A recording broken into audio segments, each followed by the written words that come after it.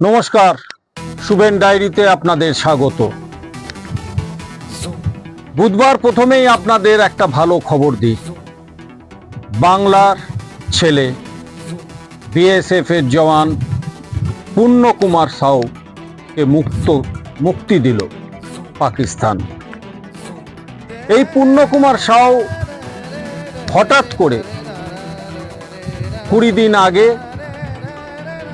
পাক সীমানা পেরিয়ে এক গাছের তলায় বিশ্রাম নিচ্ছিলেন। তিনি বুঝতে পারেননি ভারতীয় সীমানা অতিক্রম করে তিনি পাক অঞ্চলে প্রবেশ করেছেন।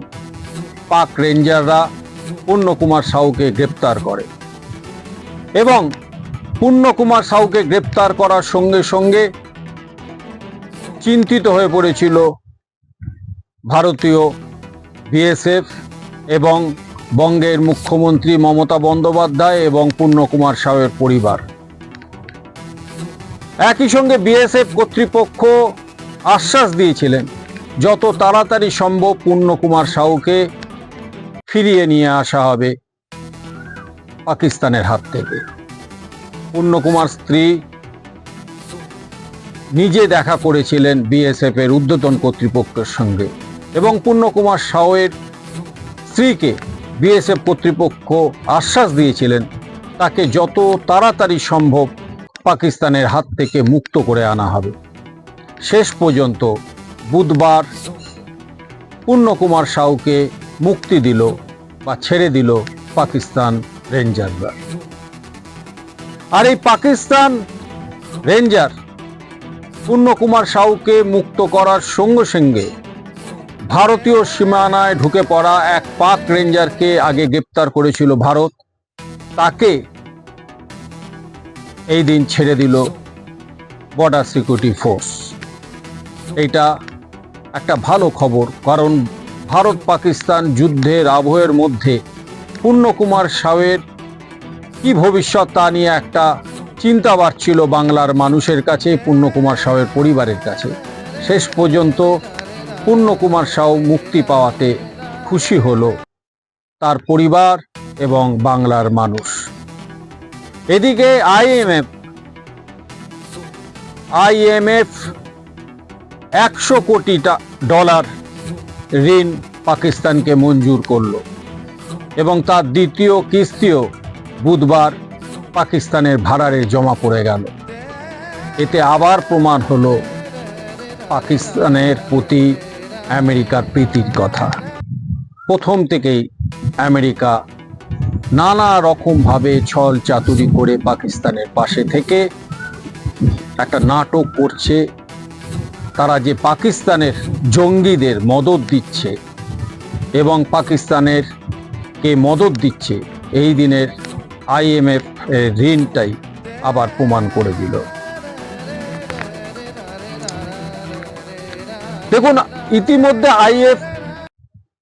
আইএমএফ যে একটা বড় ডলার পাকিস্তানকে ঋণ দিচ্ছে, এটা ভারতের কিছু এসে যায় না বটে, তবে বিশ্বের কাছে, দেউলিয়া পাকিস্তানের কাছে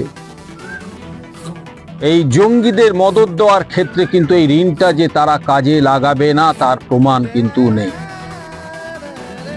আর একটা খবর, সেই খবরটা আপনারা জানেন, বঙ্গ বিজেপির প্রাক্তন সভাপতি এবং প্রাক্তন সাংসদ দিলীপ ঘোষের স্ত্রী রিঙ্কু মজুমদারের আগের পক্ষের ছেলে সৃঞ্জয় দাশগুপ্তর অস্বাভাবিক মৃত্যু হয় মঙ্গলবার এবং এই ঘটনায় রিঙ্কু মজুমদারের সঙ্গে দিলীপ ঘোষও তার শোক প্রকাশ করেন।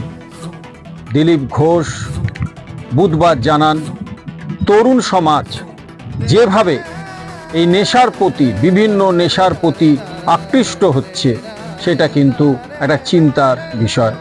একই সঙ্গে তিনি মা বাবাদের উদ্দেশ্যে বা অভিভাবকদের উদ্দেশ্যে বলেছেন, ছেলে মেয়েদের খালি ভালো জায়গায় পড়াশোনা করালেই চলবে না, অভিভাবকদের উচিত ছেলের প্রতি বা মেয়ের প্রতি নজর রাখা।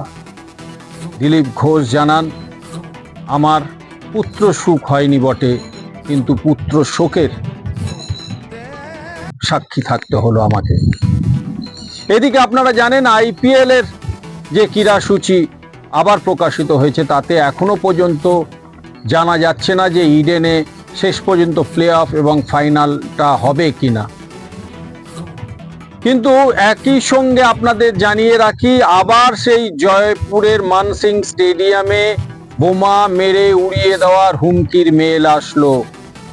এর আগেও দুবার এই জয়পুর স্টেডিয়ামে মানসিং স্টেডিয়াম উড়িয়ে দেওয়ার হুমকি এসেছিল। বুধবার আবার একটা মেল আসলো জয়পুর মানসিং স্টেডিয়াম বোমা মেরে উড়িয়ে দেওয়ার।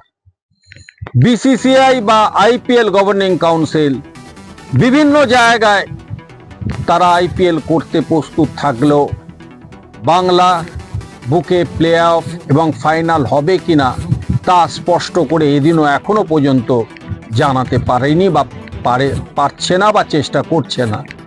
এখনো পর্যন্ত আমাদের কাছে যেটা খবর, আইপিএল বা বিসিসিআই কর্তৃপক্ষ চেষ্টা করছে ফাইনালটা যেভাবে হোক আহমেদাবাদে নিয়ে যাওয়া। তারা একটা অজুহাত ইতিমধ্যেই ছড়িয়ে দেওয়ার চেষ্টা করেছে যে ওই সময়টা, ফাইনাল যে সময়টা হবে, বাংলায় বর্ষা থাকবে, আবহাওয়ার কারণেই হয়তো ফাইনাল পিছিয়ে নিয়ে যে অন্য জায়গায় স্থানান্তরিত হতে পারে। অর্থাৎ আহমেদাবাদ কথাটা এখনো তারা বলেনি, কিন্তু চেষ্টা চলছে। আইপিএল গভর্নিং কাউন্সিল এবং বিসিসিআই কর্তৃপক্ষ চেষ্টা করছে যে আইপিএল ফাইনালটা আহমেদাবাদে নিয়ে যাওয়া। সেটা দুটো দিক আছে। একটা হচ্ছে জয় শাহ, অমিত শাহর পুত্র, দেশের স্বরাষ্ট্রমন্ত্রী অমিত শাহ পুত্র জয় শাহ এই মুহূর্তে বিসিসিআই সচিব। তিনি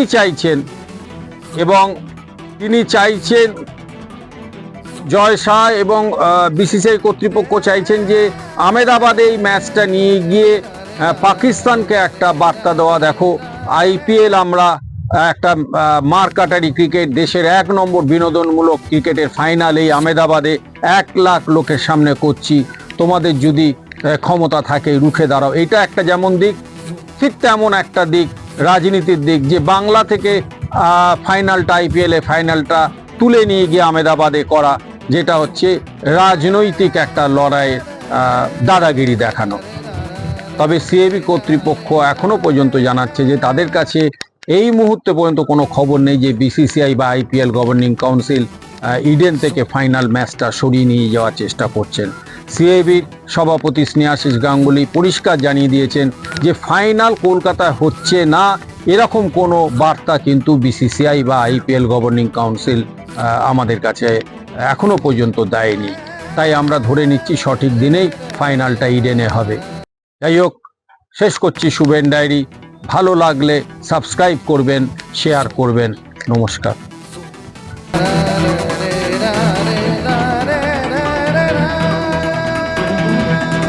শুভেন ডায়েরি, শুভেন ডায়েরি।